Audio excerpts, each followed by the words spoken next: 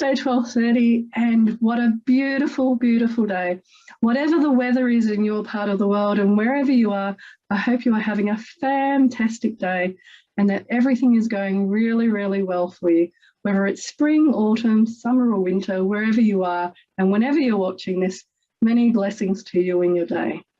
And welcome to the Mindset Michele TV show. And this week, we have another incredible, amazing guest. We have the Anna Perdriau. Perdriau. Hello, Anna. After practicing it, I still managed to mix it up a little bit then. Perdriau. But welcome, Anna. That's the most important thing. Thank you, Michele. Thank you so much. I'm excited to be here. Wonderful. For those of you that don't know Anna, she's a speaking stylist, and I'm sure many of you will be wondering, oh, what's a speaking stylist? For many years, though, she's been helping small business owners and service operators and service providers. She's been helping a wide range of people get better at the art of speaking. Now, this is an important art, as I'm sure you're all aware, because you're watching this online and you're seeing that we're presenting online, but as COVID and the life returns to a little bit more normal, we're going to be going back to offline as well. So having those presentation skills and tools is something that will become even more important, and the mindset for it more important as we come out of this global pandemic. But for now, I want to start in this wonderful place of getting to know you and getting to know more of your background and who you are and how you came to be the speaking stylist. No, thank you, Michele, and thank you so much for having me. And I love the blue jacket. Love the show, love the jacket. Thank you, Michele. My name is Anna Perdriau. I am the speaking stylist. It wasn't always that way. My career started out, I had 22 years in the Australian Defence Organisation.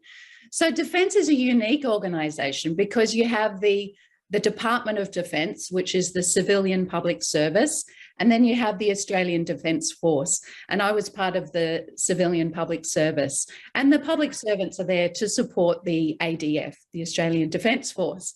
And that was my career for 22 years. And I started at the bottom, worked my way up, and I was excited to get involved in the large defence projects and to become a project director. Ultimately, it was my dream. I worked on it for many years, and ultimately I achieved that, and I was responsible for managing a $1 billion program. But the journey to get there, to learn all about the project management and procurement and contract management, was a long journey. And I had to deliver a lot of presentations, as you can imagine. And I had to sit through a lot of presentations as well. And the style of presentations that we did and that I did, well, they were kind of, let's say, a little bit boring. And that's not being, I'm not being a hater. It was just the style of presentation we did. And I think it was because as a project manager, we had to, well, as the project director, I had to deliver presentations to a lot of committees. And they would fire questions at you, and you as the PM or the PD had to basically think on your feet, had to be prepared and had to answer questions, and you never knew what was going to come along. So I would spend nights lying awake thinking, what are they going to ask me? And will I be that project that gets in trouble on the day kind of thing? And it was a little bit traumatic. So for me, I realized that I wanted to become a better presenter. I wanted to be better at public speaking and learn how to deal with everything that goes along with it, the nerves, the mindset, and all of those things. So I just set off on a journey to find out more and to improve myself. And that was the start of a long journey for me. And I just threw myself into every public speaking thing that I could find. And I eventually went overseas and went to boot camps and conventions and all kinds of things. And I was obsessed. And then one year I went and I saw John Maxwell speak in Florida in the USA. And he spoke about finding the purpose of your life. And that speech really changed me. I realized that was a moment in time when I said, this is what I want to do. I love helping people and I love public speaking. And so I took the steps to actually resign from my career. And everyone said, you are crazy. Why would you do that? But ultimately, you know, that's what my heart wanted to do. So I followed my heart and my passion.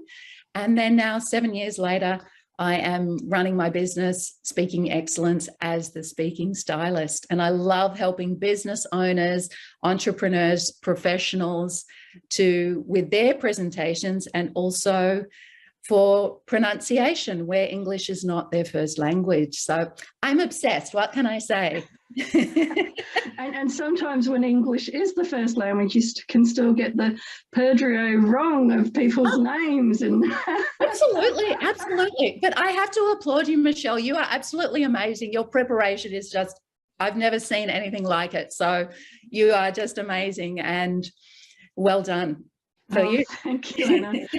So I'm fascinated because there'll be a lot of people that have been hearing about the Great Resignation at the moment. And yes. So I think that this is a wonderful thread about your story, that you spent so long in what I imagine was a very male-dominated area, in project management and defence and government at those senior levels, and still managed to thrive and grow and progress in your career.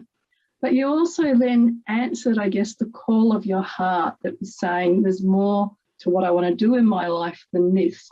And I think that that's a wonderful thread to be sharing at this time when everybody's talking about this Great Resignation and people after COVID looking for something more meaningful than what they're perhaps doing in their current role.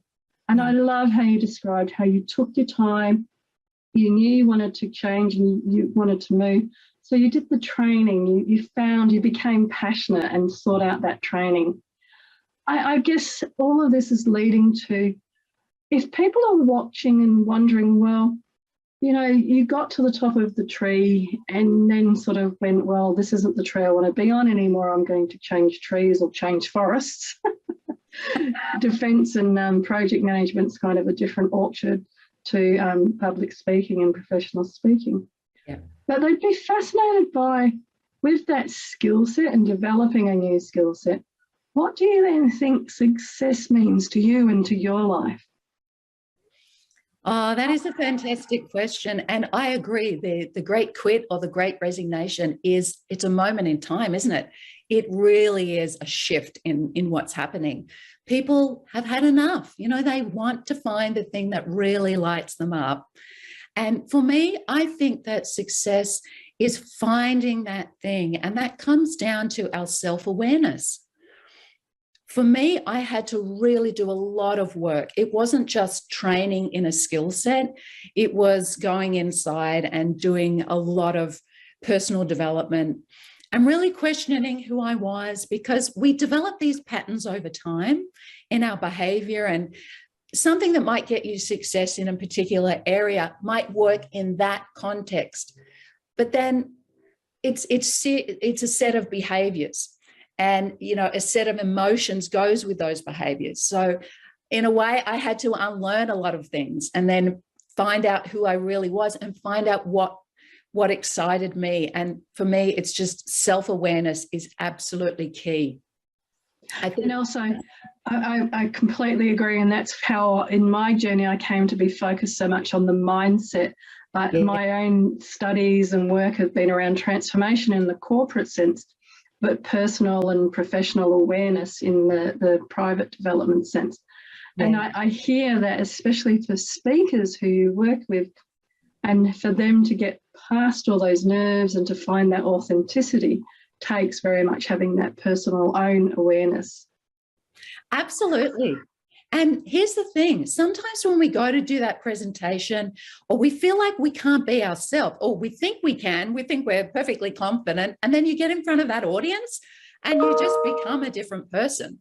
And that was certainly my experience some years ago. I couldn't have a personality. I became podium woman, you know, like it was like personality removed. So I think it really is getting into that mindset about who you are. And the thing that I work with people as the speaking stylist is, what is your speaking style? And it really is, who are you as a person? You know, what are the things that make you unique? The top 3 things. What is that personality and that character that you bring that nobody else can? And that's the beauty of a speaking style. And I love this, because whenever you say stylist, I think of like a clothing stylist or a personal stylist, and hair and makeup, all of that. So I really love that. Hey, all of that analogy of what you're describing, because I think it's really important for speaking to be so authentic and to come from your own personal style. And so people watching and wondering, well, how can I come from my own personal style? What sort of tips or hints would you give and suggest for them to find their own personal style? Well, it's simply about saying, who am I? What am I known for? What are the words that really describe me, that really feel good for me? And that other people, it's not only about what other people see in me, but that resonates not only with them, but with me as well. So, you know, some people are entertaining. They're funny. Some people are more analytical. They have an eye for detail. But when I focus on 3 words, it's 3 different words. It's kind of like a triangle that, you know, the 3 points of a triangle that show the depth of the person altogether. They're not the same type of word. So it kind of I keep thinking you must have got the triangle from project management, because in project management it's price, time and quality. So in speaking, I just imagine, price, time and quality in speaking. Yeah. Well, and the rule of 3s is we see that a lot in speaking. We see it in comedy as well. And you can't fail with the rule of 3s. Exactly. And I so agree about finding what works for you. I did some courses in stand-up comedy at NIDA. Yeah. And I was around people that were so naturally hilarious. I realised that it was their personality, and whether they went to NIDA or not, they were just always going to be funny. Yeah. But for people like me, it was, you know, learning about the rule of 3s and the other comedy tools, if you like. So I really like that as your first suggestion, looking for who you are and not comparing yourself to somebody else, but being okay that you're more analytical or you're more quiet or you're more whatever you are. But that's the starting point. But you can, like I'm sharing, I learned some of the tools that funny people use, whether they know it or not, so that I can use that similar rule of 3 as well. Exactly. We can be funny too, even if it's just a little bit.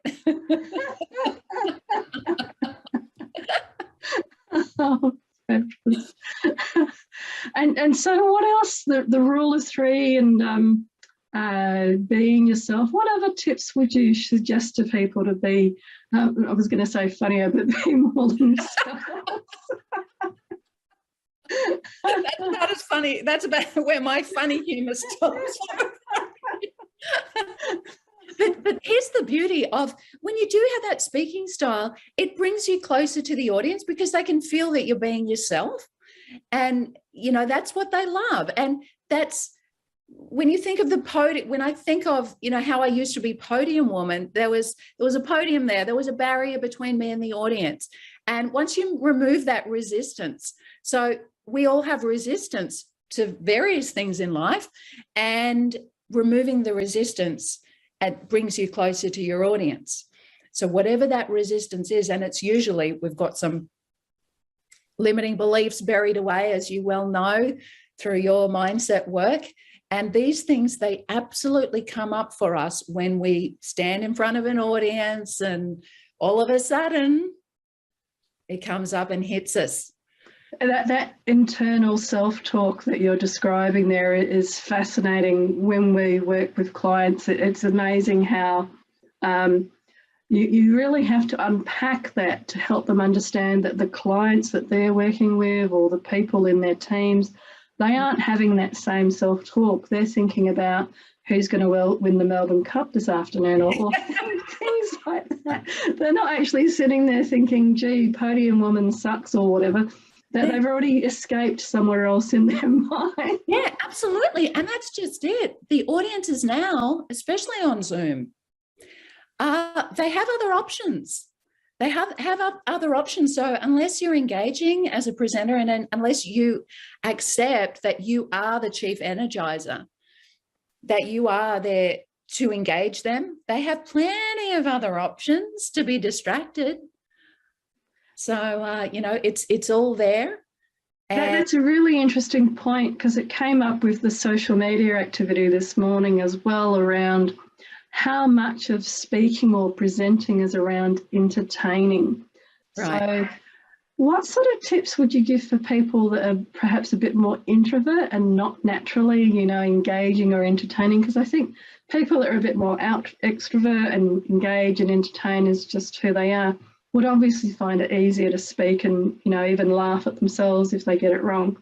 But for more introverted people, what sort of tips would you give them? I thought you were going to ask me for more humour tips there. I'm just going to keep counting to 3. Keep going back to that. So for introverts, I think that introverts have a wonderful ability to engage the audience because they care about what the audience is thinking, is feeling, and interacting with the audience and accepting that it is a dialogue. A presentation is a dialogue with your audience. If it's simply you giving them information, that's a one-way pouring out of information, and that's how it used to kind of be done. But now, having that dialogue with the audience, so asking them, interacting with them, is a way that they can tap in and find out what's going on with the audience. Now, it does take confidence, but that's not to say that, introverts can be confident, and they love that because it's preparing, it's planning, and having that success and engaging the audience. The audience loves to be engaged because they feel part of it and they feel like this is about me. It's not just about a person who's talking at me. Talking head is dead, as they said in the States. Exactly. I couldn't agree more. We've really moved into what I think you're describing and what I think of as being the experiential age. Mm. So even presentations and a boring kind of defence, we brought 10 ships, 10 tanks and 10 bottles of wine or something. There was me trying to use 3. And that is all of a sudden I'm interested. I can't say what I would normally say because it's a public PGA broadcast. But using that rule of 3 and then saying, should we buy more wine, more tanks or more aircraft, is part of that engaging with the audience. Very different to where it would have just been reporting to the audience before. Exactly. Yeah, absolutely. It is a dialogue. And the thing about the dialogue is what is happening in the audience in their own mind. So not only do you have, it's not an audience like a mob. It's not a mob of kangaroos. It's individuals in your audience who are all experiencing and interacting with your content in their own unique way. So you've also got that. And leveraging what is happening in the audience is really fascinating as well, because you can have, everybody has a creative mind. So tapping into that, that's very powerful. It is. And so how much of people's stories do you try to incorporate when you're tapping into that creative mind? I know when we've been working and doing presentations, that having that audience engagement so that they're either working with people on their tables or making notes themselves of what they're going to take away and action after the event. But it's all in some way tapping into their story of where they're at that point in time. So what else do you think are great ways of doing that? No, stories are absolutely amazing, engaging. It's one of the key ways to engage with your audience, isn't it? Because it makes the information interesting. Who doesn't love listening to a story? We loved it when we were kids and we still love it today. So And I love some of the stories I've heard from like Daniel Pink and other great speakers who have really crafted, and I don't know how many times they've told their story, but they've obviously told it a number of times over a number of years and then crafted it into that whole Polishing the hero's journey. Yeah. They've really got that hero's journey so Absolutely. that people hear the good times and the bad times. And Yeah. You know what? We all have those stories. I mean, we all have those everyday stories that we might think are nothing special. Like I don't have a rags to riches story myself. Some people have that. But even if you don't have that, there are everyday things that happen. And I think Jeannie Robertson, who sadly recently passed away, I mean, she was the ultimate storyteller, and from our professional speaking family, who, she had millions of followers and she told stories that just connected with people because they were so relatable. And that's the thing about the story, is the touching the heart of the audience. It is. And going back to that great point you made about being in tune with your audience and engaging their creativity, I think that's a great way. And people might not even realise it, but at the beginning, when somebody is saying, put up your hand if you're from Australia, if you're from Sydney, if you're from Melbourne, what they're doing is they're starting to get you engaged in the presentation and getting engaged as you're part of their story by sharing the story of where you come from and how you've got to the event for that day. Yeah. And that's a great way of engaging. And I think like sometimes people do ask questions to the audience, but then they don't do anything with the with the answer. They sort of say, "I'll put your hand up," and people put their hand up. Oh, that's nice, and then they kind of move on. So you're doing a poll with the audience there, and you're gauging, you're getting feedback from them. They're interacting with you, which is a great thing. It's a really great thing because it can be hard sometimes to engage an audience, to even get them put up their hand, because they might be a little bit nervous thinking, oh, if I put up my hand, that's a little bit scary, depending on what the question is, of course.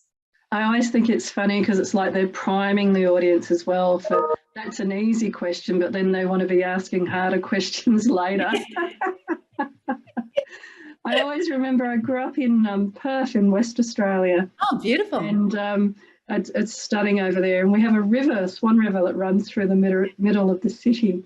Yeah. So my early experience of those questions was people saying who's from south of the river and who's from north of the river. There was no real difference, but it was like this, us and them that they were trying to create in that room of, people from north of the river have bigger noses and, people from south have bigger ears or something really silly like that was obviously so completely untrue, but it created that whole, you're not with me because you're from north or south. Yeah. That competitive thing. Hey, Michelle, you told me you weren't funny, girl. I'm not. It has its moments, though. The rule of three is kind of keep going through my head, as well as Perdriau keeps going through my head as well. I think if I just keep saying your surname and I'll just keep laughing. Fine with me. So a lot of what we've talked about has again been in person, but I guess online, besides the obvious, go to Michele and Anna for how to be funny online. What else would you say to people as a speaking stylist that could help them to be more natural and more storytelling while they're online? Yeah, thanks for that. The first thing is to manage your energy when you're online, because unlike when we're live in the room where we might have a big stage or a speaking area and we can walk amongst the audience even, here we're dealing with a little box, or a limited speaking area.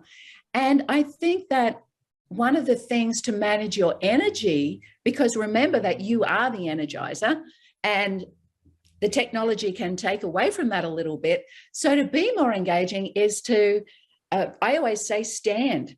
Instead of, don't sit in a chair because you're crunching down, people are sitting there. You look at the audience on the Zoom calls and you see people, slouched in their chairs.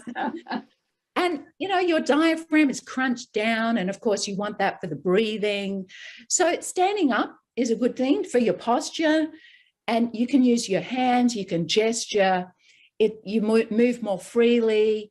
And, you can speak more clearly if you're doing that. So I think that's a great tip, standing up when you're presenting or when you're in any kind of situation where you need to have more of your energy present. Yeah. And they used to say this for women, but I think it can work with online as well, because women tend to be smaller in frame than a lot of men. So if you're in a meeting like your days back in defence, where you're in a room full of right up close, bigger men, right up close, because you're an attractive lady in the room. But to be heard when and taken seriously, like if you're in a room. Yeah. So women get taught, you can't see it properly, but oh yes, our hands and our hips. It's an old animal trick. It's like a cat hissing its back up and making its body shape and size bigger. Yeah. You could do that when Anna's sharing about when you're standing up to present.